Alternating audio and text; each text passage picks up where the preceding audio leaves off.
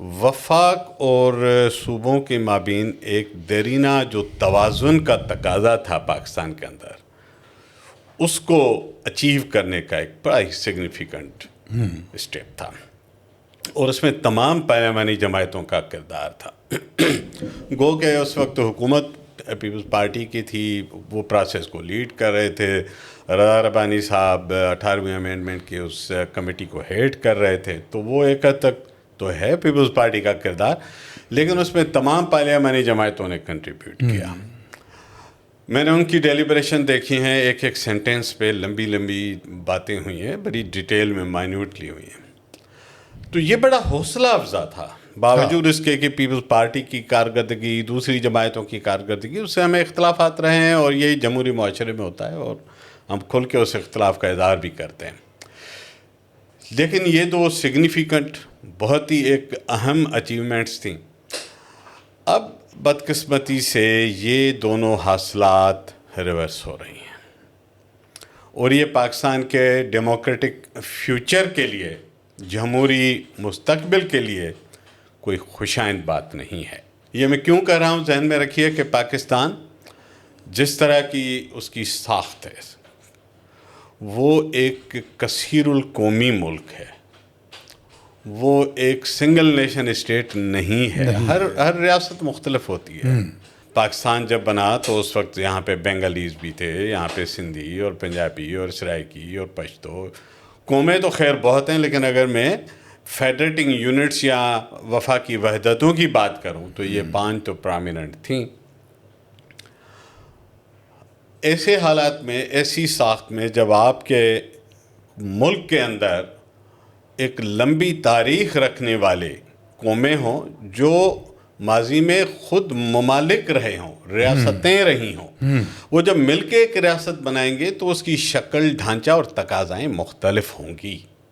یہ ہمیں پاکستان کے اکابرین کو احساس تھا، لہٰذا جب ون یونٹ بنا تو تمام سیاسی جماعتیں اس کے خلاف ہو گئی تھیں۔ انہیں پتہ تھا کہ یہ آرٹیفیشل مرجر کی جو کوشش یہ ان نیچرل ہے۔ آپ ایک مذہب کے نام پہ، ایک قوم کے نام پہ، ایک ترانے کے پیچھے آپ چاہتے ہیں کہ ساری قوم اوور نائٹ اپنی تاریخ اور اپنی سب کچھ جو ثقافتیں ہیں اس سے دستبردار ہو جائے اور اگلے دن سے ایک نئی شناخت کو اڈاپٹ کر لے۔ ہسٹری میں شناختیں ایسے نہیں بنتی۔ ہاں، وہ اپنے پروسیس میں ہو سکتا ہے 50، 100، 150، 200 سال کے اندر ایک ایوالو ہوتی ہیں، وہ الگ بات ہے، اس میں کوئی خرابی نہیں ہوتی۔ لیکن جب آپ اس کو مصنوعی طریقے سے یا اس کو مسلط کرنے کی کوشش کریں گے تو اس کے نتائج مثبت نہیں ہوتے۔ وہ ہم نے پاکستان میں دیکھا، جس طرح سے ہم نے دیکھا 25 سال کے عرصے میں ایک آدھے سے زیادہ آبادی ہم سے الگ ہو گئی۔ اور وہ کون سی آبادی؟ پاکستان کی بانی آبادی، بالکل، جہاں پہ ہم نے پاکستان کی دعوے دار بانی جماعت کی بنیاد رکھی گئی، وہ صوبہ، وہ قوم خدا حافظ کر کے چلی گئی، اور آج ترقی کی، اور آج وہ اپنے طور پر گرو کر رہے ہیں۔ مسائل ان کے ساتھ بھی ہیں، مسائل ساری دنیا میں، لیکن ایک آزاد ملک بن گئے، وہ اپنے حساب سے زندگی گزار رہے ہیں، اچھے یا برے جیسے بھی ہیں، اپنے سفر پہ ہیں۔ لیکن ہمیں کیا اس سے سیکھنا چاہیے؟ میرا خیال ہے 71 پاکستان کی تاریخ میں ایک سیکھنے کا موقع تھا، نہ ماتم کرنے کا موقع تھا، نہ کنڈیم کرنے کا موقع۔ ایک سانحہ ہوا ہے، سانحے سے قوموں کو سیکھنا چاہیے، ملکوں کو سیکھنا چاہیے، لیکن بدقسمتی سے وہ لگتا ہے کہ سیکھنے والی روش نہیں ہے ہمارے رولنگ ایلیٹ کی پاکستان کے۔ خیر، آتے ہیں واپس 18ویں ترمیم اور 7ویں NFC ایوارڈ میں کیا تھا۔ 18ویں ترمیم نے بنیادی طور پر جو وفاق جو کہ اس سے پہلے مرکز تھا، دیکھیں دو مختلف چیزیں ہیں۔ مرکز وہ ہے جہاں سے بیٹھ کے آپ حکم چلائیں، سیدھے مڑو، دائیں مڑو، اوپر جاؤ، سیدھے ہو جاؤ، یہ لکھو، یہ کرو، یہ بولو، یہ نہ بولو، یہ حکمرانی کی طرز ہے، یہ مرکزی نوعیت کا ہے۔ ڈائریکشن وہاں سے حکم، احکام، ڈائریکشن بھی نہیں، حکم نامے، آرڈرز۔ تو وفاق کیا ہوتا ہے؟ وفاق ہوتا ہے کہ ہم سب اکایا ہیں، ہم سب کا اس میں برابر کا حصہ ہے، ہم مل بیٹھ کے طے کریں گے کہ ہمیں کیسے اس ملک کو چلانا ہے۔ جیسے میں نے کہا کہ ہم کثیر القومی ملک تھے، ہماری ساخت اور تھی۔ تو 18ویں ترمیم اس لحاظ سے میں کہتا ہوں کہ وہاں صوبوں کا جب وفاق کے اندر شیئر بڑھا، صوبوں کو خود مختاری جو 50 سال اس کے پیچھے جدوجہد رہی ہے، ایسے خواہ میں تھوڑی ہو گئی تھی 18ویں ترمیم، پوری ہسٹری ہے، اس ہسٹری پہ بات کریں گے تو 1 گھنٹہ اور لگ جائے گا. تو وہ بننے سے در حقیقت پاکستانی وفاق مضبوط ہوا تھا. جب آپ سے صوبے خوش، مطلب وفاق کی اکائیاں خوش ہوں گی تو وفاق خوش ہوگا نا. جب ہم کہتے ہیں کوئی گھرانہ خوش ہے، اس کا مطلب ہوتا ہے کہ گھر کے افراد خوش ہیں نا. در و دیوار تو خوش نہیں ہوتے جو ہم کہیں کہ گھرانہ خوش ہے. بستر اور ٹی وی اور فریج تو خوش نہیں ہوتے نا جس سے گھر خوش ہوتے ہیں. گھر میں رہنے والے لوگ خوش ہوتے ہیں تو ہم کہتے ہیں گھر خوش ہے. محلے میں رہنے والے لوگ، شہر میں رہنے والے لوگ خوش ہوتے ہیں، آپس میں باہم اتفاق سے رہتے ہیں تو ہم کہتے ہیں یہ خوش لوگ ہیں. تو جب ہم کہہ رہے ہیں کہ وفاق مضبوط ہو، وفاق میں خوشی ہو، وفاق میں رضامندی ہو، وفاق میں باہمی عزت ہو، اس کا مطلب ہے کہ وفاق کی اکائیوں کے یہ رویے ایک دوسرے کی طرف. تو یہ وہ بات تھی جو 18ویں ترمیم نے بڑی حد تک، میں نہیں کہتا کہ مکمل طور پر، بڑی حد تک اس کو ایڈریس کیا تھا. صحیح. 7ویں NAC ایوارڈ میں کیا تھا کہ صوبوں کا جو مالی وسائل میں حصہ ہے اس میں اضافہ ہوا تھا، لیکن وہ اضافہ کوئی خیرات تو نہیں تھی. 2 باتیں ذہن میں رکھیے. پیسے صوبوں سے آتے ہیں. جو کہتے ہیں نا اسلام آباد کے کچھ دوست کہ جی وفاق صوبوں کو پیسہ دیتا ہے، غلط بیانی کرتے ہیں. پیسے کہاں سے آتے ہیں؟ کسٹم انکم اگر جو ٹیکس ہے وہ کون دیتا ہے؟ پاکستان کے شہری دیتے ہیں. اسلام آباد کے تو صرف 22 لاکھ شہری تو نہیں چلاتے. نہیں چلاتے پورا پاکستان. پورا پاکستان ہے. 25 کروڑ لوگ. ڈائریکٹ اور indirect taxes, by the way direct tax سے زیادہ تو ہمارا انڈائریکٹ ٹیکس ہے، لہذا ہر شہری ٹیکس دیتا ہے. یہ بھی غلط ہے کہ صرف جو ٹیکس فائلر ہیں وہی ٹیکس دیتے ہیں، وہ فائل کرتے ہیں، لیکن ہر شہری ٹیکس دیتا ہے. آپ ماچس کی ڈبیا بھی لیتے ہیں تو اس میں ٹیکس ہے، اس میں بھی ہر چیز پہ وچ از اوکے، سٹیزن ٹیکس دیتا ہے. تو صوبوں کی کمائی سے حکومتیں چل رہی ہیں، تو اگر صوبوں کا حصہ بڑھ رہا ہے تو صوبوں پہ احسان نہیں ہو رہا. دوسری بات، 18ویں ترمیم میں طے ہوا تھا کہ جو اسلام آباد میں جو اس وقت آئین کے اندر ایک کنکرنٹ لسٹ ہوتی تھی، وہ شعبے، وہ محکمے جو وفاقی حکومت کے پاس بھی تھے اور صوبوں کے پاس بھی. بالکل. تو یہ طے ہوا کہ وہ محکمے آپ صوبوں کو ٹرانسفر کر دیں گے اور کاؤنسل آف کامن انٹرسٹ کو زیادہ مضبوط کریں گے، جو کہ صوبوں کے معاملات میں جہاں بھی کوئی چپکلشن انت بند ہوتی ہے تو وہ اس کو سال کر گئی. تو بہت ہی خوبصورت ماڈل تھا. ایسا نہیں کہ کوئی ماڈل میں کمزوری، ماڈل بہت اچھا ہے. اچھا.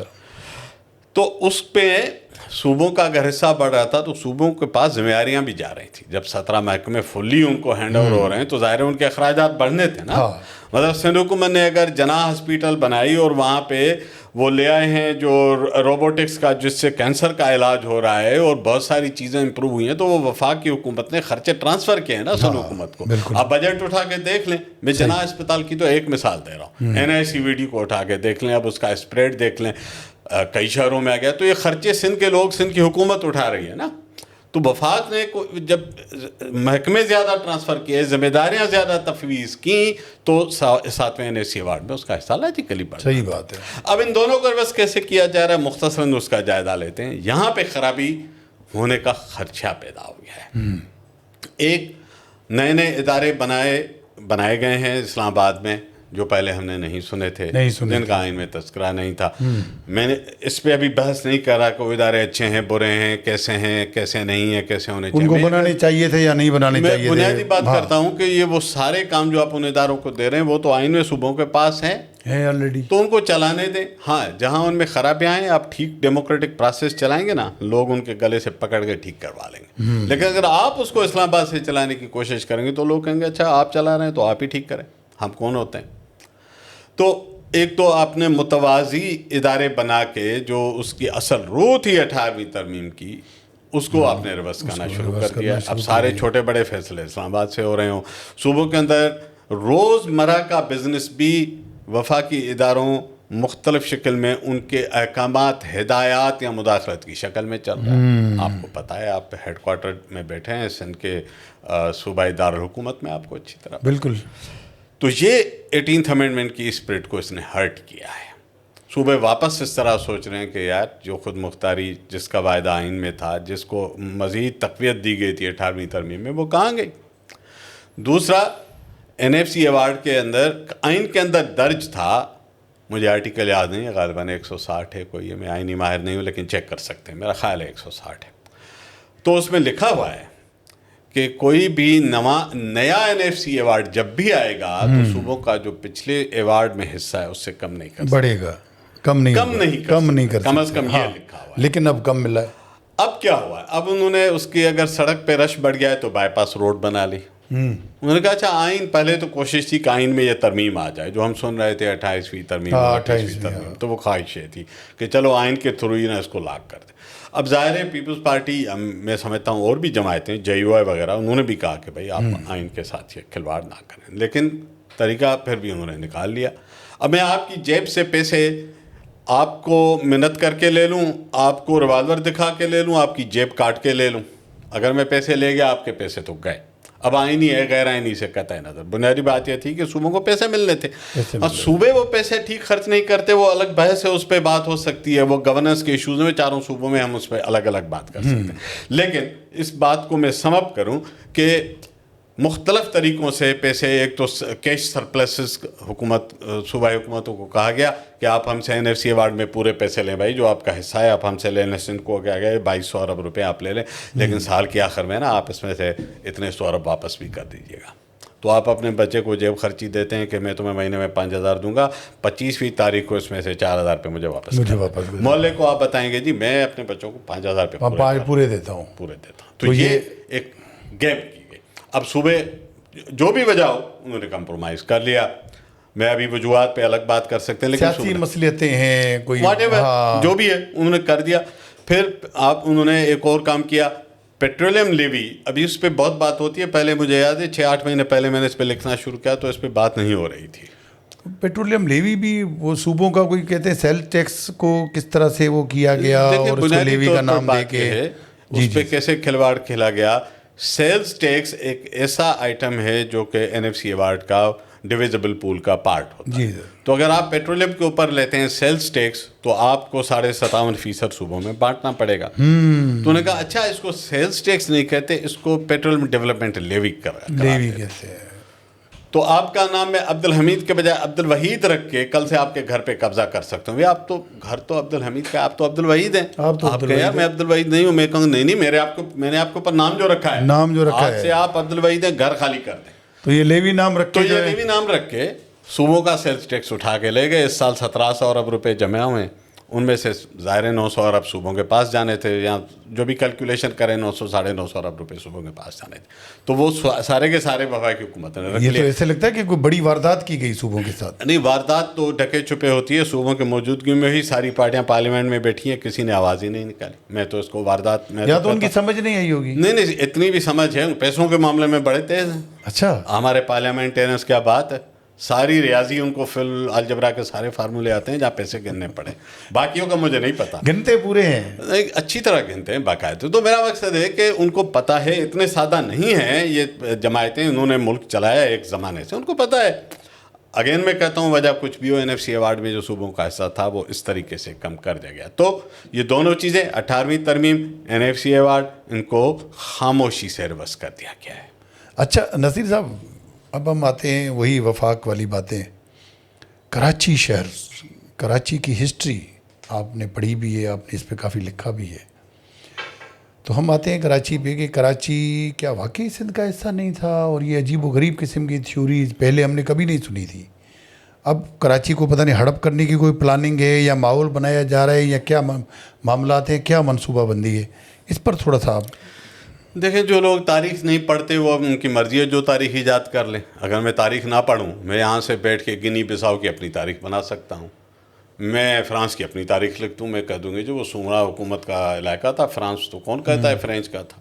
اب آپ کرتے ہیں پھر وضاحتیں، کیونکہ تاریخ میں نے پڑھنی نہیں ہے۔ ہاں، تو وہ لوگ بھی ہیں جو کہتے ہیں کہ جی چوپڑیوں والی چھوٹی جو 10 روپے میں ملتی تھی صدر کے، چوپڑی بھی کیا، وہ آپ بیٹھ کے یہیں ایجاد کر لیں نا، یہیں بیٹھے میرے ساتھ، میں آپ کو فرانس کی پوری تاریخ بنا کے دیتا ہوں۔ سومرا رولز تھا وہاں پہ، وہ آپ کو سومرا کی ہو جائے گی کل سے، آپ دعویٰ کر رہے ہیں۔ تو پھر میں تو اگر مجھے تاریخ نہیں پڑھنی تو مجھے جو جی میں آئے گا میں تاریخ ایجاد کروں گا، لیکن دیکھیں یہ ردی کی ٹوکری میں پھینکنے والی باتیں، جو تاریخ ہے وہ کتابوں میں درج ہے۔ مطلب یا تو یہ بات ڈاکٹر جعفر احمد کہیں تو مجھے خدشہ ہو کیا یار ڈاکٹر جعفر احمد کہہ رہے ہیں تو کوئی بات ہوگی، ڈاکٹر جعفر احمد تو کبھی نہیں کہتے، عارف حسن کہیں میں مان لوں، غازی صلاح الدین صاحب کہیں میں مان لوں، کیسر بنگالی کہیں تو مجھے کچھ سمجھ میں آئے، زائدہ ہند نہ کہے، ٹھیک ہے. یہ جو پڑھے لکھے سمجھدار لوگ جن کو تاریخ کا مطالعہ ہے، جو تاریخ پڑھتے، ڈاکٹر ناظر محمود ہے، حارث خلیق ہے، حارث گزدر ہے، وہ 50 100 1000 نام لے سکتا ہوں، اتنے اچھے اچھے دوست ہیں، خود ہنستے ہیں. آپ ان سے پوچھیں گے وہ ہنستے ہیں کہ یار کیا مسخری لگا رکھی ہے. قطع نظر اس کے کہ کون بیٹھ کے جوکر کیا لطیفے سناتا ہے، اس سے تاریخ تھوڑی بدل جائے گی. سوال یہ ہے کہ کراچی کے ایشوز کا سیلوشن کیا ہے، بات اس پہ ہونی چاہیے. آپ جھوٹی سچی تاریخ جو بناتے پھر بناتے رہیں، اس سے کچھ نہیں ہوتا. اچھا، کراچی کی اکنامی پہ بھی آپ کی بڑی گہری نظر رہی ہے، آپ نے پڑھا بھی ہے، اسٹڈی بھی کیا ہے، اور بڑے کئی مقامات پہ آپ نے اس کو بتایا بھی ہے. تو یہ اکنامی کراچی کی جو ہے وہ پوری معیشت چلاتی ہے. دیکھیں، سب سے زیادہ ٹیکس دینے والا نہیں، ٹیکس جمع کرنے والا، دو الگ چیزیں ہیں، ان میں فرق کرنا چاہیے. میں اب بھی کہتا ہوں کراچی پاکستان کا سب سے جو لیڈنگ اگر کوئی معیشت کا مرکز ہے تو وہ کراچی ہے. لیکن اگر آپ کی تنخواہ 2 لاکھ روپے تو آپ اس کو 10 لاکھ بتانے کی کیا ضرورت ہے؟ آپ کہیں میری تنخواہ 2 لاکھ ہے، تو کراچی بڑا کنٹریبیوٹر ہے، اس میں کوئی شک نہیں ہے. لیکن میں کہوں کہ سارے ملکوں میں پالتا ہوں، فضول بات ہے، ایسی بات نہیں ہے. اچھا، ایون جو کہنا کہ سندھ کا 90% کراچی دیتا ہے، فضول بات ہے.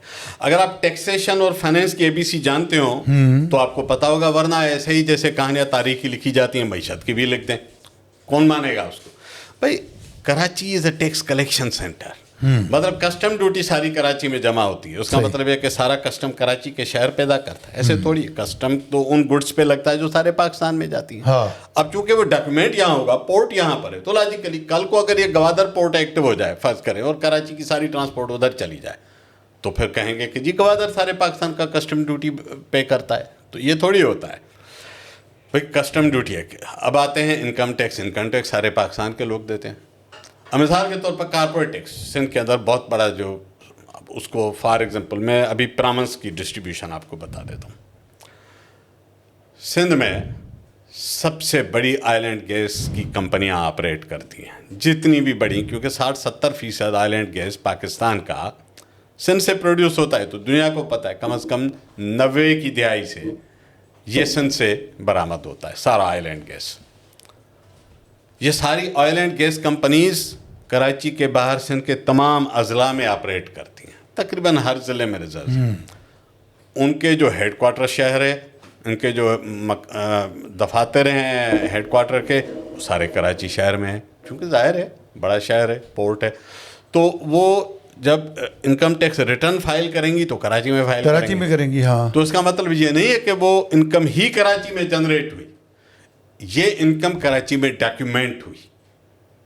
فار ایگزامپل بہت بڑی کمپنیاں ہیں، اب اینگرو کو اٹھا لیں، میں نے اس کے ساتھ کام کیا ہے، تو ایک تھر پارکر میں اس کا بہت بڑا آپریشن ہے، قادرپور میں ہے، ادھر گھوٹکی میں ہے، وہاں پہ ماڑی گیس کا ہے، وہاں پہ فوجی فرٹیلائزر ہے، گھوٹکی بھرا ہوا ہے. کارپوریٹ سیکٹر کی بڑی بڑی کمپنیاں وہاں آپریٹ کرتی ہیں. ان کے ہیڈ کوارٹر کسی کے اسلام آباد میں ہے، کسی کے کراچی میں. اب ریونیو تو وہاں جنریٹ ہو رہا ہے.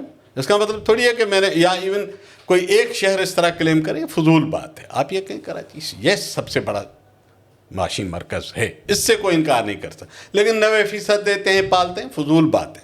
پالتے ہیں تو بڑی بات ہے. پالتے تو وہ ہیں، اگر آپ مجھ سے پوچھیں، پاکستان کا وہ ہاری ہمیں پالتا ہے جو گندم اگا رہا ہے، جو کپاس اگا رہا ہے، جس کے کن پہ میرے کپڑے ہیں، جو چاول اگاتا ہے.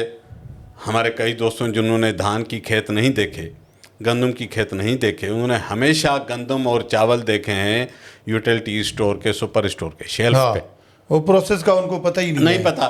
تو جو بچہ اگر کراچی میں پیدا ہوا ہے اور وہ DHA سے باہر نکلا ہی نہیں، گلشن اقبال سے، کئی بچے میں آپ کو حیران ہوں گے کراچی کے جنہوں نے سوراب کوٹ کراس نہیں کیا ہوا، 20 سال کے ہو گئے ہیں، کراچی بھی پورا نہیں دیکھا. ان کو یہ نہیں پتا ہوگا کہ کیا ماڑی کہاں ہے، ابراہیم ایدری کہاں ہے، کراچی کی تاریخ کیا ہے. وہ یہ کہانیاں سنتے ہیں جو فضول قسم کی آپ سنتے. تو وہ کیا دیکھے گا، وہ کہے گا یار چاول اور آٹا اور گندم کھیت کون سی بات یار، یہ تو سامنے امتیاز کی دکان ہے. ہم تو ہمیشہ، میرے دادا بھی وہاں سے لیتے تھے، ابا بھی وہاں سے لیتے، میں بھی وہاں سے لیتا ہوں. کیا بات کر رہے کہ کھیت ہوتے ہیں، پانی ہوتا ہے، فلاں ہوتا ہے. تو یہ ساری اکانومی، پوری جو پالنے والی اکانومی ہے، وہ پاکستان کے اس غریب ہاری کو وہ کریڈٹ دیں، چاہے کسی بھی صوبے کا کوئی بھی زبان بولتا ہے، وہ پالتا ہے. میں تو کہتا ہوں مجھے وہ پالتا ہے. پھر سندھو دریا پالتا ہے، جس کے پانی سے یہ کھیت آباد ہیں. جس کا پانی ہمیں پینے کو ملتا ہے. مثال کراچی کے کئی دوستوں کو پتہ ہے کہ پانی ٹینکر اور باؤزر اور ٹنکیوں میں پیدا نہیں ہوتا. 85% پانی کوٹلی بیراج سے آتا ہے, سندھو دریا سے آتا ہے, سندھو دریا سے آتا ہے, اور باقی 15% بھی اگر ہب ڈیم میں پانی ہوگا تو ٹھیک ہے, ورنہ وہ بھی سندھو دریا سے آئے گا. ہاں. تو کراچی کے شاید کئی شہریوں کو اس کا اندازہ نہیں ہے کہ جب سندھو دریا میں پانی کی کمی ہوتی ہے تو صرف نوشہر و فیروز لاڑکانہ کے ہاریوں کی اور آبادکاروں کی کمی. شہری جماعتیں جو ہے نصیر صاحب اس پہ آواز ہی نہیں اٹھاتی. یہ جو میں تو کراچی کی کہتا ہوں دعوے دار کہ ہیں. ایک مرتبہ ڈاکٹر کیسر بنگالی نے اس پہ ایک جملہ کہا تھا. اس نے کہا جب یہ کینالز بن رہی تھیں تو بات یہ نکلی کسی فورم پہ تھے کہ کراچی کی شہری پارٹیاں اس پہ اس نے کہا کہ اگر یہ بن گئے تو کراچی سب سے زیادہ پچھتائے گا, کیونکہ باقی تو چلو کھیت کا پانی نہیں ملے گا, پینے کا پانی مل جائے گا, کراچی کی تو زندگی کا وجود ہی سندھو دریا پہ ہے. سندھو دریا پہ. تو یہ کراچی کی جو جماعتیں ہیں وہ نہ بھی بتانا چاہیں, وہ شاید یہ بتا سکتی ہیں آبا اجداد سے پانی یہاں ٹینکروں میں پیدا ہوتا تھا. تاریخ تو وہ ایسے ہی بتاتے ہیں نا, جس طرح کی تاریخ لکھتے ہیں. تو اس طرح کی گمراہ کن باتوں سے حقیقتیں تھوڑی بدل جائیں گی. اچھا, 1,20,000 کی ایک فگر بتائی جاتی ہے کہ 1,20,000 جانیں دے کر ہم نے پاکستان حاصل کیا. خاص طور پہ میں نے سنا ہے ڈاکٹر فاروق ستار صاحب اور کچھ خالد مقبول صدیقی صاحب وغیرہ یہ بولتے ہیں.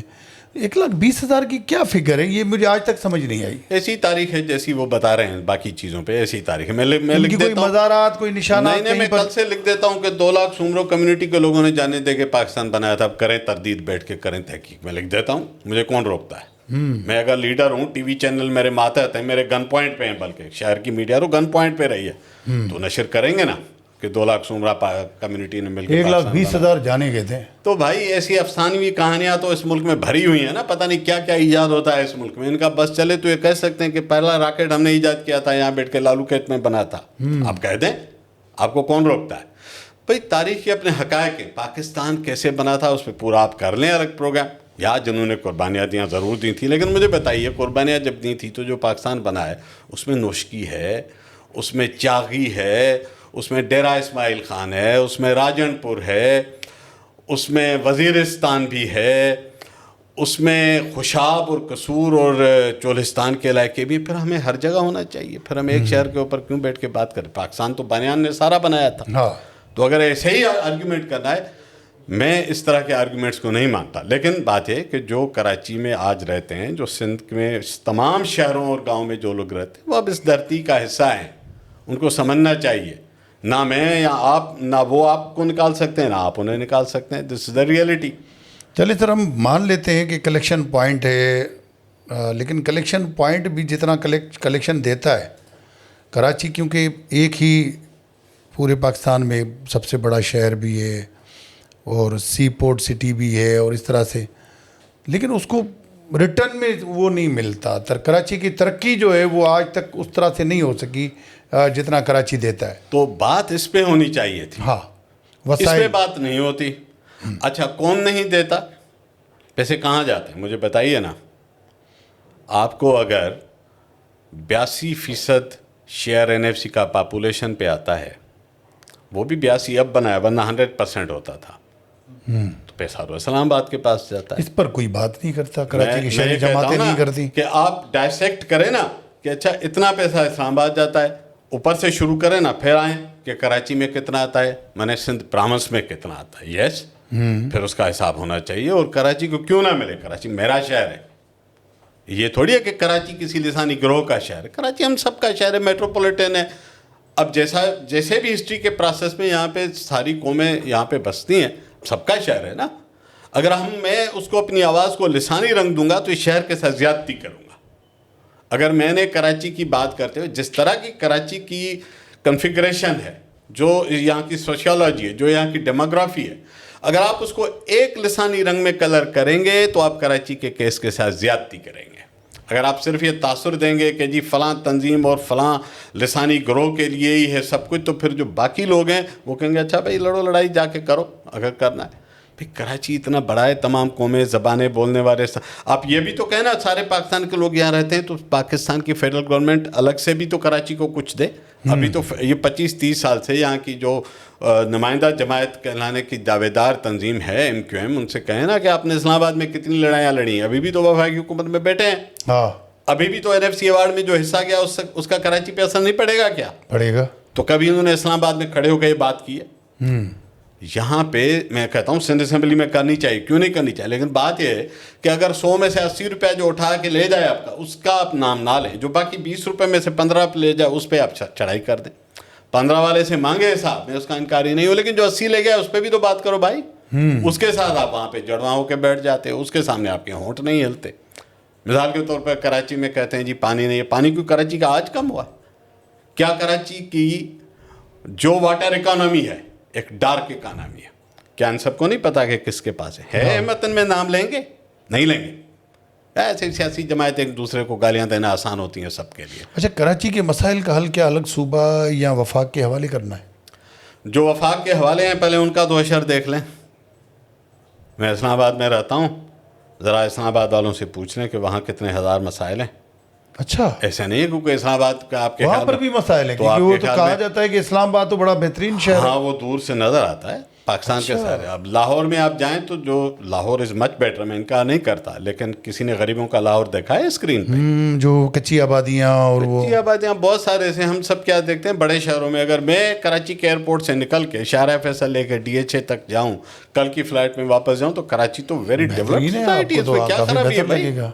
تو اگر ایسے ہی میں مال روڈ اور DHA اور شالم اور ان 4-5 جگہوں پہ چلا جاؤں تو لاہور سے زیادہ خوبصورت کوئی شہر نہیں لگے گا. میں پھر کہتا ہوں لاہور بہت بہتر ہے، میں نہیں کہتا کہ لاہور اب کراچی سے بہت آگے نکل گیا، اس میں کوئی شک نہیں. لیکن یہ کہنا کہ سارا لاہور ایسا ہے جو ہم TV پہ دیکھتے ہیں، ایسا نہیں ہوتا. شہر پاکستان کے بڑے ہیں، کسی ایک حکومت کے بس میں نہیں ہے کہ ان شہروں کو کلیتاً ٹھیک کر سکے. کراچی کے مسائل کمپلیکیٹڈ ہیں، اس کو لاہور سے کمپیئر بھی نہیں کرنا چاہیے. ویسے کراچی کی پالیٹکس الگ ہے، کراچی کی ڈیموگرافی الگ ہے، کراچی کی ہسٹری الگ ہے. شہر جو آج نظر آتے ہیں اس کے پیچھے کئی عوامل ہوتے ہیں. ایک حکومت نہ اچھا کر سکتی ہے نہ برا کر سکتی ہے، خواہ وہ پیپلز پارٹی کی ہو، MQM کی ہو، نواز لیگ کی ہو. یہ بھی میں کسی کے اوپر چارج نہیں لگاتا. بھائی مجھے بتائیں الگ صوبے جو بنے بیٹھے ہیں ان کا کیا حال ہے؟ پھر الگ صوبے بنے بیٹھے ہیں نا پاکستان، وہ سارے سونے کے ہو گئے. بات یہ ہے کہ آپ کے پاس، میں یہ پھر کہتا ہوں کہ ایک چیز پہ میں ایگری ہوں کہ لوکل گورنمنٹ سسٹم کو اسٹرینتھن ہونا چاہیے، اس کو فعال کریں، اس کو صحیح معنی میں، ہاں اس کی لیمٹس کو بیٹھ کے ڈیبیٹ کر سکتے ہیں. جو مطالبہ کرتی ہے اس کا مطلب وہ صرف MQM کا مطالبہ نہیں ہے. دیکھیں مجھے نہیں پتا MQM کے مطالبات کی ڈیٹیل کیا ہے. وہ تو شاید مشرف کے دور والی بات کرتے ہوں گے کہ پولیس بھی ہمارے ماتحت ہو، اور ہم سب نے دیکھا کہ کیسے کیسے ناٹوریس جن کے اوپر قتل کے کیس تھے وہ بھی وہاں پہ ملازم لگے ہوئے تھے، جو یہاں وجود ہی نہیں رکھتے. پتہ نہیں دنیا کے کون سے ملکوں میں بیٹھے ہیں، آج بھی تنخواہیں لے رہے ہیں.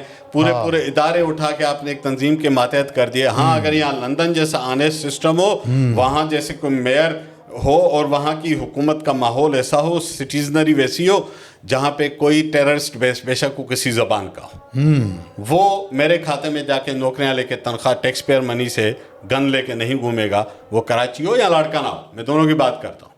تب تو میں کہتا ہوں ان سب کو اختیار دے دیں، لیکن آپ اپنے سیاسی حالات کے حساب سے اختیار دیں گے. میرا خیال ہے پہلے مرحلے میں تو یہ ہے کہ یہ جو اس وقت ماحول ہے لوکل گورنمنٹس کا، جس میں ان کے پاس بہت ہی سپرفیشل رول ہے ان کا، اس سے تو ایوال کریں نا، اس کو تھوڑا ایک اسٹیپ اوپر تو لے آئے نا. سسٹم بھی صرف سندھ کے اندر موجود ہے، اچھا جیسا بھی ہے. یہ جو بیٹھے ہیں اسلام آباد میں بیٹھ کے کمیٹیاں بناتے ہیں، ان کے اپنے گھر میں لوکل گورنمنٹ سسٹم ہے نہیں ہے. یہ کیسی ڈیموکریسی ہے کہ آپ کہتے ہیں کہ سندھ میں وہ سسٹم آئے جو کہ لولا لنگڑا چل رہا ہے؟ اچھا نہیں ہے لیکن ہے نا. اچھا میرے پاس کیمرہ ایک بھی نہیں ہے، مائک ایک بھی نہیں ہے، میں آپ کو بیٹھ کے کہوں کہ جی نہیں اسٹوڈیو ہونا چاہیے بڑا زبردست، وہاں 10 لاکھ کا کیمرہ ہونا چاہیے. میرے گھر میں تو ہے ہی نہیں. آپ کے پاس کچھ نہ کچھ تو ہے بھائی، تو آپ چلا رہے ہیں نا ایک اسٹوڈیو.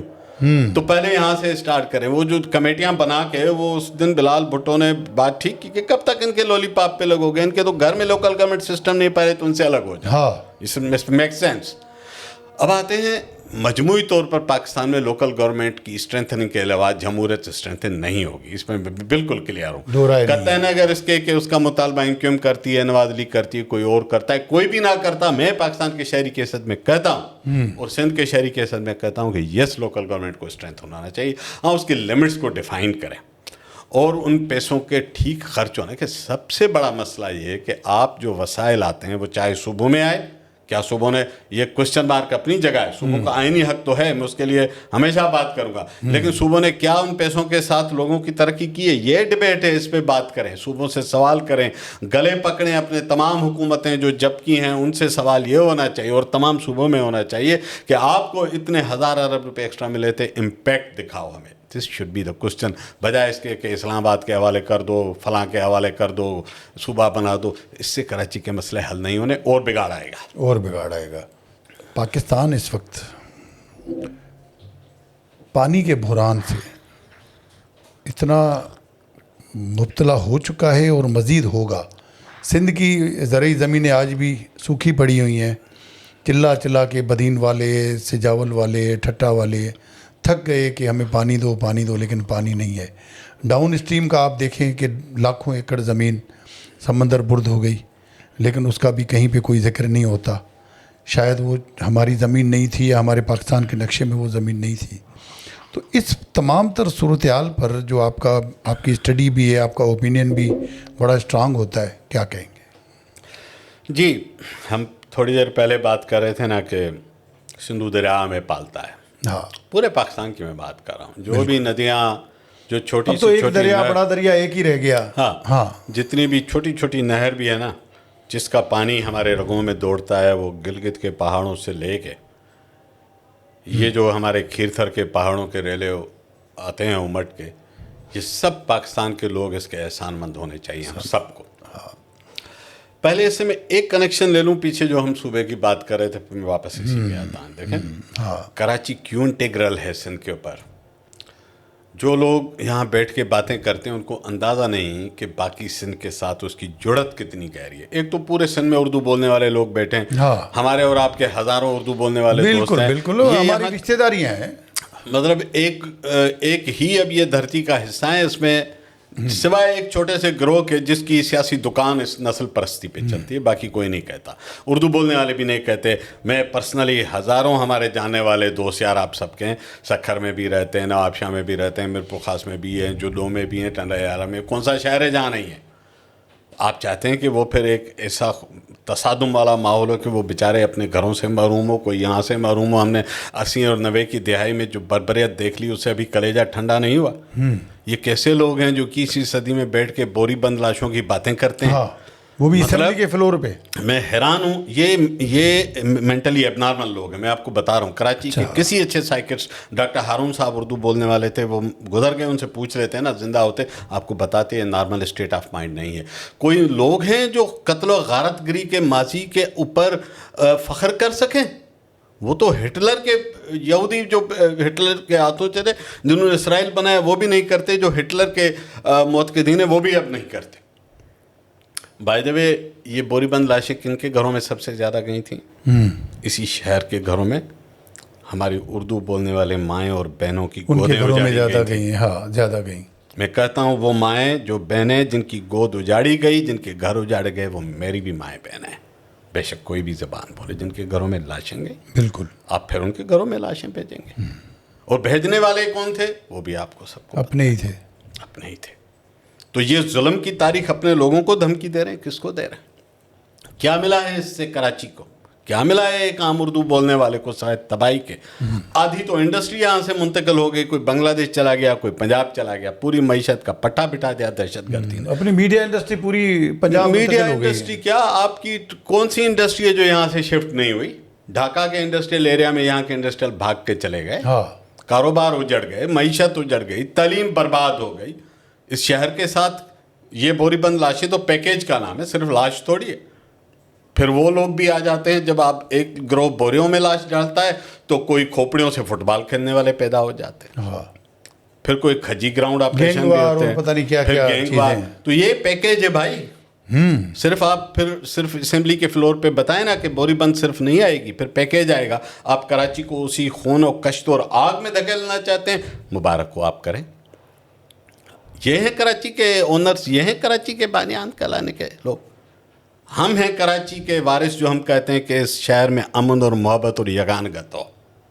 ہاں, جو حکومتیں کرپٹ ہیں وہ ABC جو بھی ہو, میں ان کی کھڑے ہو کے مذمت کرنے کو تیار ہوں, سب سے آگے بڑھ کے. ہم نے ہمیشہ بات کی ہے, آپ کو پتہ ہے ہم کوئی لگی لپٹی نہیں رکھتے جب ہم پیپلز پارٹی اور سندھ حکومت پہ بات کرتے ہیں. لیکن دیکھیں ایک ڈیمانڈ اب بات سے اب اسی پوائنٹ پہ جہاں پر اس وقت آپ موجود ہیں، پانی، بجلی، گیس اور انفراسٹرکچر سٹی کا، یہ 3-4 چیزیں تو مانگ رہے ہیں کراچی والے، اور کیا مانگ رہے ہیں؟ کس کے پاس ہے؟ 18 سال سے پیپلز پارٹی کی حکومت ہے. نہیں آ جائیے نا. پیپلز پارٹی جواب دہ ہے، میں اس کو ایگزامپ نہیں کر رہا. میں پوچھتا ہوں بجلی نہیں ہے، بجلی کس کا محکمہ ہے بتائیں؟ کراچی میں تو پرائیویٹائز ہے کئی. ڈسکوز وفا کی حکومت کے ماتحت ہے. ٹھیک ہے، منسٹری ہے پوری الگ سے جو ان کو لک آفٹر کرتی ہے. تو اگر کراچی میں بجلی نہیں ہے تو کے الیکٹرک میں کون بیٹھے ہیں؟ سوال تو ہونا چاہیے نا. ٹھیک ہے، کبھی اسلام آباد سے سوال کیا ہے انہوں نے کہ کراچی میں بجلی کیوں نہیں ہے؟ گیس نہیں ہے، سوئی سدرن گیس کیا سندھ صوبے کا محکمہ ہے؟ وہ بھی وفاق کا ہے. کوئی نہیں اسلام آباد کے فلور پہ بات کرتا. کیوں نہیں کرتے؟ سندھ کو حصے کا پانی نہیں ملتا، پورا سندھ سفر کرتا ہے، کراچی بھی سفر کرتا ہے. پانی کہاں سے رکتا ہے؟ کیوں نہیں بات کرتے؟ تو جہاں سوال سندھ اسمبلی سے، سندھ کی حکومت سے ہونا ہے، وہاں سندھ حکومت سے کریں. لیکن جو سوال کسی اور سے ہونا ہے وہ بھی تو کرنے کی ذرا جرت دکھائیں. ہاں، انفراسٹرکچر ہے، یہ سپر ہائی وے جو موٹر وے جس پہ الزام ہے کہ یہ موٹر وے ہے، کس کے پاس ہے؟ یہاں کراچی سے نکلنے والا جو بھی زبان بولنے والا آپ کنٹری تک جائے، پورا جو نیشنل ہائی وے تباہ ہے، کس کے ماتحت ہے؟ کبھی نام لیا ہے؟ ٹیکس موٹر وے کا دیتے ہیں حیدرآباد تک. میں پوچھتا ہوں نا، انہوں نے کبھی اسلام آباد کی اسمبلی کے فلور پہ یہ بات کی ہے؟ نام لیا ہے نیشنل ہائی وے اتھارٹی کا؟ تو یہ تو جو بڑے بڑے مسئلے ہیں کراچی شہر کے ساتھ، وہ تو بیسیکلی ہیں ہی کسی اور جگہ جن کا نام لینے کے لیے بڑی جرت اور ہمت چاہیے. وہ چونکہ نہیں ہے تو ادھر ایک دوسرے کے گلے کا. اچھا، پانی تو سندھ حکومت کا ہے، کراچی واٹر اینڈ سیوریج. اچھا، میں بات کرتا ہوں یس پانی کا بحران. میں پھر کہتا ہوں کہ کراچی کی کنفیگریشن کو سمجھیں. کراچی کو اب آتے ہیں، زوم ان کرتے ہیں. ٹھیک ہے، پہلی بات، کراچی، آپ کراچی میں رہتے ہیں، کراچی کا کتنا زمینی رقبہ سندھ حکومت کے پاس ہوتا ہے؟ کوئی بھی حکومت ہو، بے شک ارباب رحیم کی، پرویز مشرف کے دور کی حکومت ہو، لیاقت جتوئی صاحب کی حکومت ہو، مراد علی شاہ کی ہو، قائم علی شاہ کی ہو. میئر کے پاس تو 36 یا 37%. تو 2/3 جن کے پاس ہے ان کا نام لینے کی ہمت کر لیں ذرا. یہ دوست، اس سے تو یہی ظاہر ہوتا ہے کہ کراچی آلریڈی وفاقی اداروں کے حوالے ہے. میں تو اس بات کے ہوں کہ آپ پہلے تو کراچی کی جب بات کرتے ہیں تو ذرا ڈیفائن کیا کریں کہ وچ پارٹ آف کراچی، کہاں پر ہے پرابلم، کون کون سے علاقوں میں، وہ کس کے ماتحت ہیں. اب تو ٹاؤن بھی بنے ہوئے ہیں، وہاں پر مختلف تنظیموں کی نمائندگی بھی ہے، یونین کاؤنسلز ہیں اس کے، یونین کاؤنسل ہے. تو ذرا زوم ان کر کے بتا دیا کریں. تو جو جس کی ذمہ داری ہے، جو سندھ حکومت کی ذمہ داری ہے، بالکل گلے سے پکڑیں. لیکن جو جس کی اور کی ذمہ داری ہے اس کا بھی نام لے لیا کریں. This should be fair. ٹھیک ہے، کراچی کے اندر DHA بھی ہے، سندھ حکومت کے ماتحت نہیں ہے. یہ الگ سنا ہے کہ وہاں پہ سندھ حکومت انڈر پاسز کا خرچہ کام کرواتی ہے. تو جہاں پہ پہلے کراچی پانی بھی نکالتی ہے کئی جگہ مقامات سے. تو مجھے بتائیے کہ جو کراچی کے میں نے کہا نا ایک واٹر کی اکانومی ہے پوری، اس پہ تو ڈان نے پورا فیچر چھاپا تھا، سب کچھ لکھ دیا ہوا تھا. ان لوگوں نے نہیں پڑھا کیا؟ انہیں کہیں ذرا ڈان کی ویب سائٹ پہ جا کے اٹھا کے پڑھ لیں، اور اگر ہمت ہے تو اس کو اسمبلی میں بیان بھی کر دیں. اس کی کوئی خاص نہیں، بات یہ ہے کہ میں جو طاقتور ہے اس کا نام لینے کی ہمت نہیں کرتا. حمید سمرو غریب آدمی ہے، گلی میں چھابڑی لگا کے کھڑا ہے قانون میں، اس پہ نکالوں گا. تو جس کا مجھے نام لینے میں ہمت نہیں ہے، تو باقی جو نسبتاً کمزور ہے یہ سب پارٹیاں کرتی ہیں. میں کسی ایک کراچی کی ایک پارٹی کی بات نہیں کرتا. نہیں، سب کرتے ہیں اس ملک میں. جہاں پہ وسائل ہیں، جہاں پہ کنٹرولز ہیں، جہاں پہ دبدبا اور دہشت ہے، جہاں سب کچھ مرکوز ہے، اس کا نام کوئی نہیں لے گا. میں آپ کو بتا دوں. لہٰذا ہم کیا کریں گے، ایک گلی سے آپ کو پکڑوں گا، دوسرے سے اس کو پکڑوں گا، ایک دوسرے پہ کرتے رہیں گے. میں واپس تھوڑا سا اس پہ بات کروں. کراچی کی ڈپینڈنس اور جڑت ہے باقی سندھ کے ساتھ. کراچی جزیرہ نہیں ہے. میں نے ابھی آپ کو بتایا کہ 85% پانی دریائے سندھ سے آتا ہے، کوٹڑی بیریج سے نکلتے آتا ہے. یہ پورا اپنا کوٹڑی سے نکل کے حیدرآباد کا علاقہ کراس کر کے، جامشورو کا علاقہ کراس کرتے ہوئے اور ٹھٹا کا علاقہ کراس کرتے ہوئے کراچی تک آتا ہے. پر مجھے بتائیے کراچی میں جتنی زرعی اجناس ہیں، جو غذائیت ہے، کیا کراچی شہر میں کچھ اگتا ہے سوائے مضافات کے؟ اس کی بات نہیں کر رہا. کراچی شہر جس کے نام پہ کلیم کیا جاتا ہے، کیا وہاں کوئی 1 ایکڑ پہ گیہوں اگتی ہے، دھان اگتی ہے، کپاس اگتی ہے؟ کیا اگتا ہے یہاں پہ؟ شہر تو ایسے ہی نہیں. شہر ساری دنیا میں ڈپینڈنٹ ہوتے ہیں اپنی غذا کے لیے دیہات پہ. تو آپ کس سے تصادم کرنا چاہتے ہیں؟ جہاں سے آپ کو غذا آتی ہے. مجھے ایک لمحے کے لیے یاد کر کے بتائیں, جب بے نظیر بھٹو صاحبہ کا واقعہ ہوا تھا شہادت کا, 3 دن کراچی کی بازاریں بند تھی, چوتھے دن لوگوں کے پاس ڈبل روٹی اور انڈے ختم تھے, دکانوں کے شٹر توڑے جا رہے تھے. مجھے یاد ہے کراچی ڈپینڈنٹ ہے. ابھی آفاق احمد نے ایک ایسا بیان دیا نصیر صاحب کہ میری خود ابھی تک سمجھ نہیں آیا, کہہ رہا کہ مہاجروں کو اپنی آخری جنگ سندھیوں سے لڑنی پڑے گی. مجھے نہیں پتا اس نے کہا ہے یا سوشل میڈیا پہ کیا کہا, پتہ نہیں سوشل میڈیا پہ کیا کیا چلتا ہے, لیکن میں آپ کو یہ ایک چیز بتا دوں, یہ لڑائی تصادم اس کا جو بدترین, اگر خدا نخواستہ ہمیں اس کا سوچنا ہی نہیں چاہیے. یہ پاگل لوگ ہیں جو ایسی بات کرتے ہیں, چاہے وہ سندھی ہو یا اردو بولنے والا, یہ پاگل لوگ ہوں گے. اس دھرتی پہ ہم کشت و خون افورڈ نہیں کر سکتے. میں پاکستان کے کسی حصے میں نہیں دیکھنا بہت افورڈ کر چکے ہیں, میں دنیا میں کہیں دیکھنا نہیں چاہتا. یہ خون ریزی, یہ جنگیں, یہ نسل پرستی, یہ گلے کاٹنا, یہ بوریاں, یہ تباہی ہیں. تو اگر کسی کو آخری جنگ کہیں کرنی ہے, مجھے نہیں پتا جنگیں کیا تاریخ میں ختم ہو جاتی ہیں. کوئی جنگ آخری نہیں ہوتی. کوئی یہ نہ سوچے کہ کوئی جنگ آخری ہوتی ہے. کون سے ملک کی جنگ آخری ہے بھائی؟ نکلو جنگوں کی دماغی اپنے اس مینٹل النیس سے کہ جنگیں کرنی ہے, تصادم کرنا ہے, بوریاں کرنی ہے. اتنا برباد کر کے اس شہر کو کلیجہ ٹھنڈا نہیں ہوا, اتنا خون بہا کے کراچی کے اردو بولنے والے ماؤں بہنوں کے گھر اجاڑ کے کلیجہ ٹھنڈا نہیں ہوا ہمارا ابھی, جس کی بھی کوئی بھی زبان بولنے والا. میں یہ کہتا ہوں کہ کراچی کے اور مجموعی طور پر سندھ کے تناظر میں اگر ہم بات نہیں کریں گے, کراچی کے مسئلے آئسولیشن میں کبھی حل نہیں ہو پائے, کبھی حل نہیں ہوں گے. اچھا, پانی کی صورتحال جو ہم بتا رہے ہیں, پانی پہ آتے ہیں. دیکھیں زیر زمین پانی بڑا مسئلہ, زیر زمین پانی تو پورے پاکستان کا بحران ہے.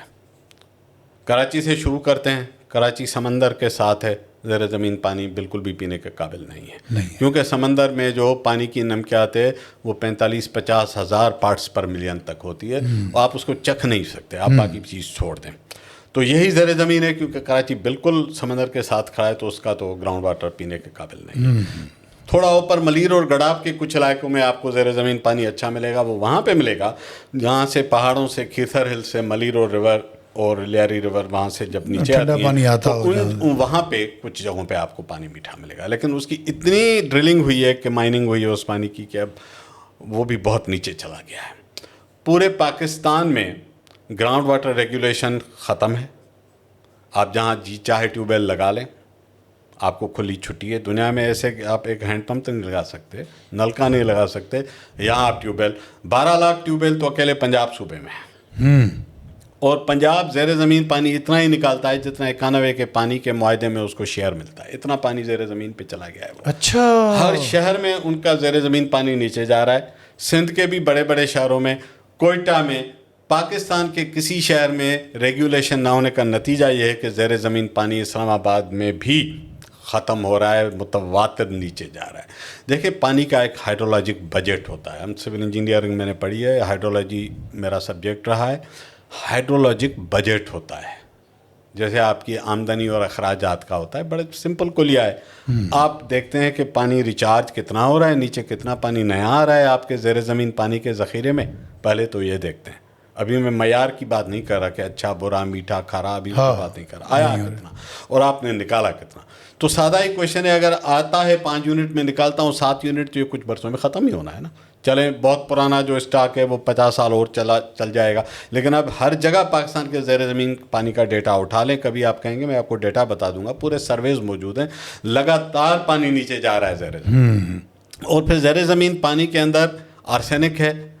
کراچی کے اندر جو آس پاس کے علاقے انڈسٹریل ایریاز جہاں بھی ہوتے ہیں وہاں پہ ہیوی میٹلز ہیں, کیونکہ ہمارے پاس پری ڈسپوزل ٹریٹمنٹ کا رواج ہی نہیں ہے. سمندر میں بھی ایسے ہی پھینکتے ہیں, اور زیر زمین بھی جو لیچ ڈاؤن کرتا ہے ایسا ہی کرتا ہے. سمندری آلودگی خطرناک. یہ وہ معاملات ہیں کراچی کے جن پہ بات ہی کوئی نہیں کرتا. یہ ہیں کراچی کے اصل مسئلے جن پہ بات ہونی چاہیے تھی.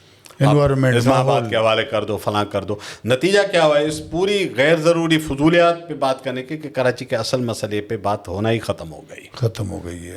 ابھی آپ نے بجٹ اجلاس دیکھا, ہر چیز پہ بات ہوئی, بجٹ کے سوا کوئی بجٹ بکس پڑھتا ہی نہیں. سندھ اسمبلی میں بھی ایسا ہی, میں سندھ اسمبلی کی بات کر رہا ہوں, ادھر بھی یہی تھا. ادھر بھی قومی اسمبلی میں بھی یہی ہے, ادھر بھی یہی تھا.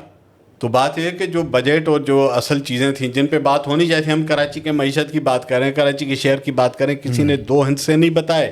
10 دن کے اس اجلاس میں تقریریں ہوتی رہیں, وہاں کے حوالے کر دو، میں نے کہا میں مرسوم کسی عوامی نہیں دوں مسئلے گا. پہ کوئی خاص بات نہیں ہوئی. نہیں بات ہونی، کیونکہ یہ، اور اس سے کراچی کا کیا بھلا ہوا، اس سے پورے سندھ کا کیا بھلا ہوا. بھائی بجٹ اجلاس تھا، کوئی تو بجٹ کی چیر پھاڑ کرتا، کوئی پوچھتا کہ آپ نے اتنے 100 ارب روپے کیوں دینے پڑ گئے، بتائیں نا پارلیمنٹ کو، ایوان کو، جو سندھ کے لوگوں کا منتخبہ ایوان ہے، کوئی بات ہی کر لیتا. کسی نے ہمت نہیں کی. کسی نے ہمت نہیں. تو اصل جب ہم ثانوی اور ٹرشری معاملات پہ بات کریں گے تو اصل مسائل اس لیے ہمارے ڈبیٹ سے آؤٹ ہو جاتے ہیں. آؤٹ ہو جاتے ہم پھر اس طرح کی آخری جنگ لڑیں گے، بوریاں بھیجیں گے، قتل و غارت کریں گے، نہیں دوں گا، مار دوں گا، اٹھا دوں گا، یہ ان فضولیات میں ہم پڑ جاتے ہیں. اصل مسئلے پہ بات ہی نہیں. اصل مسئلے پہ. اچھا، انڈیا نے پانی روکا ہوا ہے کافی عرصے سے، تو اس کے بھی بہت سارے ہماری معیشت پہ، زرعی معیشت پہ خاص طور پہ پنجاب سائڈ پہ اثرات پڑے ہیں. اللہ نہ کرے اگر ایک دم سے اس نے کبھی پانی چھوڑ دیا، یا آپ اس پوری صورتحال کو دیکھتے ہیں گہری نظر سے، اس کے ہماری اس پہ پوری صورتحال پہ، ملک پہ کیا اثرات ہیں؟ دیکھیں، انڈس واٹر ٹریٹی مودی نے یک طرفہ طور پر اس کو معطل کیا ہے، جو کہ غیر قانونی، غیر اخلاقی کام ہے. اس معاملے میں پورے پاکستان کو ایک آواز ہونی چاہیے. کوئی اس طرح سے ایک انٹرنیشنل بائیلیٹرل ایگریمنٹ تھا، اور بائیلیٹرل بھی کیا، اس کے پیچھے انٹرنیشنل ایجنسیز نیگوشیٹرز تھیں. ہاں، تو ضامن بھی تھی شاید. مجھے نہیں پتا کہ گارنٹر کا لفظ کہیں ڈاکیومنٹس میں ہے یا نہیں، یہ ہمیں اچھا. دیکھنا پڑے گا. ٹھیک ہے، لیکن اس کے اندر میکینزم تو دیا ہوا ہے کہ آپ اس کو ریزالو کیسے کر سکتے ہیں، وہ موجود تھے. لیکن مودی ایک نفسیاتی، وہ بھی ذہنی مریض ہے. جس طرح سے وہ چلا رہا ہے ملک کو، جس طرح کی ہندو نسل پرستی کو پروموٹ کر کے اس نے وہاں پہ مذہبی تفرقے کو بڑھایا ہے، اور اس کے اثرات پھر ہم جیسے ملکوں پہ بھی پڑتے ہیں. آتے ہیں پانی کی طرف. دیکھیں، ہمیں تھوڑا سا اس کے میپ کو سمجھنا پڑے گا. یہ سیاسی طور پر جو ماحول بنایا جا رہا ہے، میں سچی بات ہے، میرا خیال ہے کہ گیدڑ ببکیاں زیادہ ہے. ایسے کوئی اوور نائٹ ہمارا پانی اٹھا کے نہیں لے جا سکتا. 3 دریا ہیں جو پاکستان کے، مغربی دریا جو پاکستان کے حصے میں ہیں 1960 کے معاہدے کے تحت، انڈس واٹر ٹریٹی. اب انڈس واٹر ٹریٹی پہ ہم الگ کمنٹ کر سکتے ہیں، مجھے اس پہ بڑے تحفظات ہیں. لیکن میں آتا ہوں کہ حقائق زمین پہ آج کیا ہیں. آج ہیں کہ 3 مغربی دریا پاکستان کے، 3 مشرقی دریا انڈیا کے حوالے ہوئے. ایسے ہی مغربی دریا میں آپ شروع کریں چناب، پھر جہلم، پھر انڈس، اگر آپ ویسٹ کی طرف چلتے جائیں. دیکھیں، انڈس سے شروع کرتے ہیں. انڈس چائنا سے نکل کے تبت کے پلیٹوں سے انڈیا کے کشمیر اور ان علاقوں سے گزرتا ہوا پاکستان میں آتا ہے. وہاں کوئی ایسی جگہ نہیں کہ انڈس کے اوپر انڈیا ڈیمنگ کر سکے. یہ لداخ اور لیہ اور کارگل کے علاقے، یہ برف کے جمے ہوئے علاقے ہیں. وہاں تنگ، بہت ہی ڈیپ گورجز میں انڈس بہتا ہے. وہاں پہ نہ قابل کاشت زمین ہے، نہ وہاں پہ انفراسٹرکچر بنایا جا سکتا ہے. انڈس اور نہ وہ پانی ان کے کام کا ہے. اچھا، پانی وہاں آتا بھی تھوڑا ہے، زیادہ تر تو رن آف ہمارے پاکستان کی باؤنڈریز کے اندر جنریٹ ہوتا ہے، جو کہ گلیشیل میلٹ کا ہے. تو انڈس پہ تو وہ کچھ نہیں کر سکتے. انڈس کو ایک طرف رکھیں. آ جائیں جہلم پہ. جہلم پہ بھی کچھ نہیں کر سکتے، کیونکہ جہلم میں 30-40 کلومیٹر اوپر بارہمولہ کا شہر ہے. اگر وہ سرحد کے اوپر بھی کوئی ڈیم بنائے تو کوئی شہر ان کا پیچھے کشمیر کا نہیں بنتا. تو یہ امپریکٹیکل ہے. وہاں بھی کوئی بہت زیادہ قابل کاشت رقبہ نہیں ہے. وہاں سے بڑی کینالیں نکال کے آپ پانی نہیں لے جا سکتے. ٹیرین فیوریبل نہیں ہے. تیسرا، چناب میں ایک حد تک کیا جا سکتا ہے. میں واضح کر دوں کہ چناب کے اوپر بھی بڑے ڈیم سائٹس نہیں ہیں. بغلیار اور سلالہ اور اس طرح کے چھوٹے چھوٹے ڈیمز، جن کے پکل دل اور ایک سیریز ڈیمز کی بنا کے تھوڑے تھوڑے ذخیرے، 0.25 ملین ایکڑ فٹ، 1 ملین ایکڑ فٹ، اس طرح کا وہ کر سکتے ہیں. اور وہ اس پہ پانی کے مکمل طور پہ اس لیے نہیں روک سکتے کہ ان کو پانی چھوڑنا پڑتا ہے. نیچے ان کے ٹربائن چلیں گے تو بجلی بنے گی. یہ بجلی گھر ہے. جو ڈیمز وہاں پہ اس وقت ہیں یا آگے بھی وہ بنانے کا بجلی بنانے کا کام کرتے ہیں، وہ ہائیڈرو پاور ہے. ہاں، تو ہائیڈرو پاور میں آپ کو لامحالہ پانی چھوڑنا پڑتا ہے، ورنہ بجلی نہیں بنے گی. تو پاکستان دشمنی کے باوجود وہ چاہتے ہوئے بھی پانی ایک لمٹ سے زیادہ ہی روک سکتے. ہاں، اس کے ساتھ ٹیمپرنگ کر سکتے ہیں. کبھی تھوڑا سا اسپیس ہے، پانی کو روک دیا، 2 دن بجلی نہیں بنائی، ہمیں نیچے ضرورت تھی، تو یہ گڑبڑیں کر سکتے ہیں، جو کبھی کبھی کرتے ہیں.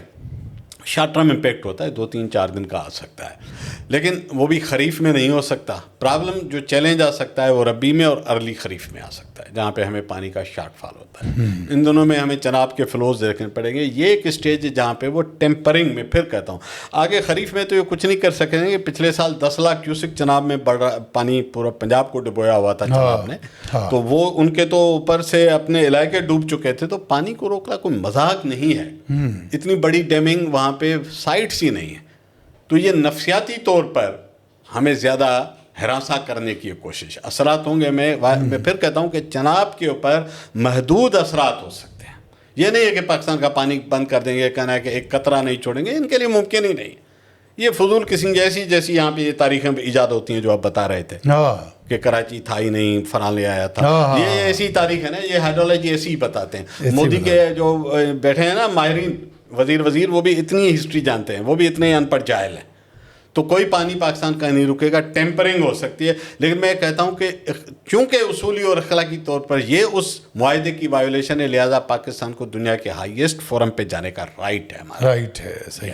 اچھا نصیر صاحب, سندھو ندی کی جہاں بات کرتے ہیں ہم, ٹیلی میٹری سسٹم نہیں ہے, ارسا کی ناانصافیاں اپنی جگہ پر ہیں, زمینیں بنجر پڑی ہوئی ہیں, لوگ پریشان ہیں. وہی بات پھر کروں گا کہ ہماری لاکھوں ایکڑ زمین جو ہے سمندر نگل گیا. یہ تمام تر صورتحال کیوں ہے؟ دیکھیں, پانی کے معاملے میں جو سندھ کا اور اپر رائے پیرن کا ایک کنفلکٹ ہے, اس کی تاریخ کم از کم 100 سال پرانی ہے. یہ کوئی آج کا تنازع نہیں ہے. اپر رائے پیرن اور لوور رائے پیرن کے تنازع پوری دنیا میں ہیں. میں بگر پکچر پہلے بتا دوں, میں اس پہ آتا ہوں. اس کو ہم جائز نہیں کہہ رہے, میں پکچر بتا رہا ہوں کہ یہ ہیں.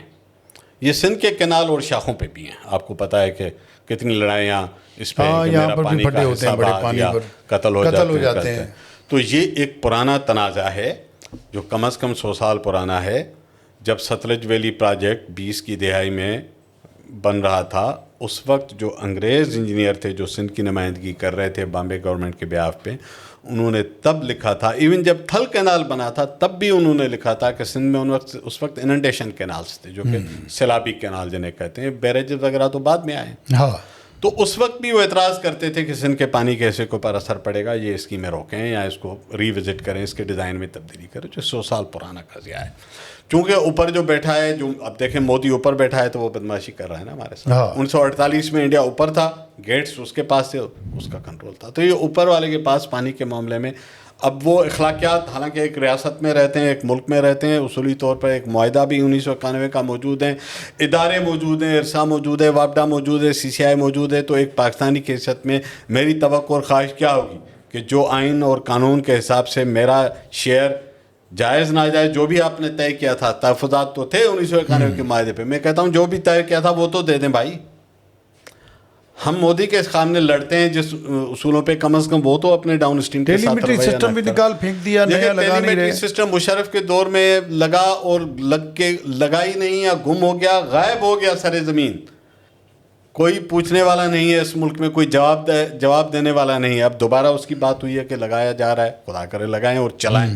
یہ بھی دیکھیں کہ اس کو ٹھیک چلائیں بھی. بات ہے کہ جو سسٹم ہے نا, یہ آدم شمار بھی تو ڈیجیٹل تھی. کرنے والوں سے پوچھیں نا کہ کیا وارداتیں ہوئی ہیں, کوئی ٹکی چھپی ہیں. تو بات یہ کہ یہ ٹیکنالوجی انسان چلاتے ہیں, تو لگائیں تو صحیح, لیکن اس کی ریلائبلٹی اور کریڈیبلٹی بھی تو پیدا کرے نا. ارسا کے بھی تو قوانین بنے ہوئے نا. ارسا نے 25 سال سے 91 کے اکارڈ کے حساب سے پانی نہیں ڈسٹریبیوٹ کیا. وہ 3 رخی فارمولہ لے آئے جس کا آئین میں ذکر ہی نہیں ہے, جس کا قانون میں اکارڈ میں ذکر ہی نہیں ہے. اپنے طور پر ایک پانی کی ڈسٹریبیوشن کا طریقہ ایجاد کر کے وہ تھوپ دیا صوبوں کے اوپر, اور اس کو قانون دان کہہ چکے ہیں کہ یہ ناجائز ہے. یہ نہیں ہے کہ کوئی مطلب اس کو کوئی جائز قرار دیتا ہے, لیکن چلا رہے. ابھی بھی اس سال کیا نوبت تھی. میں کراچی کے رہنے والے دوستوں کو گزارش کروں گا کہ پانی کی سائنس کو ذرا سمجھیں, یہ ان کی زندگی کا بھی اتنا ہی مسئلہ ہے. میں پھر کہتا ہوں یہ صرف لڑکانہ نوشہر اور فیروز اور نواب شاہ اور سکھر خیرپور اور دہلی کا مسئلہ نہیں ہے, ان کا سب کا مسئلہ ہے. کراچی سے آگے تو سمندر ہے, کوئی میٹھے پانی کا کوئی اور ذریعہ نہیں ہے. ہم تو وہ اس کو ریسائیکلڈ پانی بھی افورڈ نہیں کر سکتے. اگر کسی کو خام خیالی ہے, اس کی قیمت اتنی ہوگی کہ اندازہ لگا لیں پھر کہ 2-2.5 کروڑ کی آبادی کو آپ سمندر کا پانی میٹھا کر کے, ہم دبئی نہیں ہیں بھائی, غریب ملک ہیں. تو ٹیکنالوجی کا ہونا اور اس کا افورڈیبلٹی الگ چیز ہے. واپس آتے ہیں اس میں. اس سال کیا ہو رہا تھا, اپریل اور مارچ میں اچھی بارشیں تھیں دونوں ڈیموں میں, بلکہ چشمہ سمیت تینوں ڈیمز میں پانی پچھلے 5 سال کے اوسط پانی کی سطح سے اوپر تھا. مجھے پانی کی سائنس کی جو تھوڑی بہت سمجھ ہے, میں نے ڈان میں آرٹیکل بھی لکھا تھا کہ کافی مجھے بہتر خریف کی آگے نظر آ رہا ہے, کیونکہ میں ہوپ فل تھا کہ پانی کا اسٹاک موجود ہے تو کوئی ایشو نہیں ہونا چاہیے. لیکن پھر کیا ہوا کہ بیک وقت لنک کینالز چلا کے 27-28 ہزار پانی مئی میں ڈائیورشن اس کی شروع کر دی گئی. چناب جہلم زون کو منگلا اور تربیلا میں پانی کی اسٹوریج شروع کر دی گئی، اور نیچے حالت یہ تھی کہ مئی کے اینڈ تک تو سکھر بیریج پہ 30% اور کوٹڑی بیریج پہ 60% پانی کم تھا۔ 60% پانی کی کمی تھی۔ اب یہ کراچی کے دوستوں کو پتا ہے کہ 60% اگر ان کے حصے کا بھی کینال میں پانی کم بہتا تو یہاں پہ کیا نوبت ہوتی۔ باقی تو جو خرابیاں ہیں یہاں کی وہ تو ہم سب کو پتا ہے، اور اس میں کون کون شامل ہے وہ بھی سب کو پتا ہے۔ میں بھی ان کی طرح سندھ گورنمنٹ کا ہی نام لے سکتا ہوں کیونکہ والآخر ذمہ دار تو ہے، اس کی ذمہ داری تو ہے۔ لیکن میں بات کرتا ہوں اگر سسٹم میں 60% پانی جس دن کم آ رہا تھا، میں کراچی کے پانی کی جدوجہد میں بات کرنے والوں میں سے کسی کی آواز مجھے یاد نہیں کہ اسمبلی کے فلور پہ کہا ہو کہ یہ 60% پانی جو کوٹلی بیریج پہ کم آ رہا ہے یہ سندھ کو کیوں نہیں مل رہا۔ کبھی کسی نے نیشنل اسمبلی میں کراچی کے M P M N S دوستوں نے یا کراچی کے سندھ اسمبلی میں بھی اس پہ بات نہیں کی۔ پیپلز پارٹی والوں نے بھی شاید کوئی اتنی کوئی بڑی نہیں، پیپلز پارٹی نے بعد میں دیر سے جب لوگوں نے چلایا تب جا کے اس نے خط و کتابت کی، اس سے پہلے تو حکومت بھی نہیں بات کر رہی تھی۔ ایک آدھ عرصہ کے ممبر نے لکھا تھا وہاں پہ، یہ مجھے پتا ہے۔ سندھ کے اریگیشن منسٹر بھی لکھا تھا، لیکن اس کے باوجود دھڑلے سے پانی ڈائیورٹ ہو رہا تھا۔ تو یہ رویے ہیں کہ میں اپ اسٹریم پہ ہوں، میری مرضی، میری نہر میں پانی نیچے جانے دوں نہ جانے دوں۔ وہ پنجاب کی وزیر اعلیٰ صاحبہ نے تو کلاسیکل جملہ کہہ دیا کہ میرا پانی میری مرضی۔ اب میں پوچھتا ہوں کل مودی اگر یہی جملہ استعمال کرے گا تو ہمیں کیسے لگے گا؟ زہریلا لگے گا پاکستانی کے طور پر۔ تو آپ کو وہ جملے استعمال نہیں کرنے چاہیے تھے۔ تو پانی کی منصفانہ، پانی کی کمی کے جو مسائل ہیں اس کی ایک بڑی وجہ پانی کی گورننس ہے، ایک بنیادی وجہ پاپولیشن ہے، یہ ذہن میں رکھیے گا۔ پانی کم نہیں ہوا، پانی ہمارے دریاؤں میں آج بھی اتنا ہے، تھوڑا بہت کم ہو گیا ہوگا، یہ نہیں کمی ہوئی ہے وقت کے ساتھ، لیکن ہماری پاپولیشن جب پاکستان جو آج کا پاکستان 1947 کے وقت 3.25 کروڑ تھی، آج ہم جو ہے 25-26 کروڑ ہیں، تو 8 گنا آبادی بڑھ گئی ہے۔ پانی تو وہی ہے، پانی تو نہیں بنایا جا سکتا، بلکہ آنے والے برسوں میں یہ کم ہوتا جائے گا۔ یہ جو ہائیڈرولوجی کی اسٹڈیز ہیں، جو گلیشیئرس کے سسٹم کی اسٹڈیز ہوئی ہیں دنیا بھر میں، حوالے موجود ہیں، رپورٹس کوئی پڑھنا چاہے تو موجود ہیں، تو وہ پانی آنے والے دنوں میں کم ہوتا جائے گا متواتر۔ آبادی بڑھتی جائے گی، پانی کم ہوتا جائے گا۔ اور ہم آبادی کے اوپر ہم بات ہی نہیں کرتے۔ ہم نے NFC آبادی پہ رکھا ہوا ہے، کیا انسینٹیو ہے کسی صوبے کے لیے کہ آبادی کم کرے گا؟ آپ نے اسمبلی کی سیٹیں اس پہ رکھی ہوئی ہیں، آپ نے NFC کا شیئر اس پہ رکھا ہوا ہے، آپ نے جاب کا کوٹا اس پہ رکھ دیا ہوا ہے۔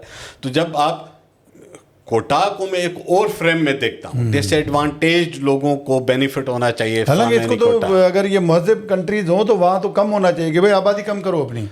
پہلا کام دیکھیں، بنگلہ دیش جب بنگالیز اس ملک کا حصہ تھے تو جب الگ ہوئے تو 55% ان کی آبادی تھی، تو آج تو وہ 30 کروڑ ہونے چاہیے تھے، اب 17-18 کروڑ ہیں۔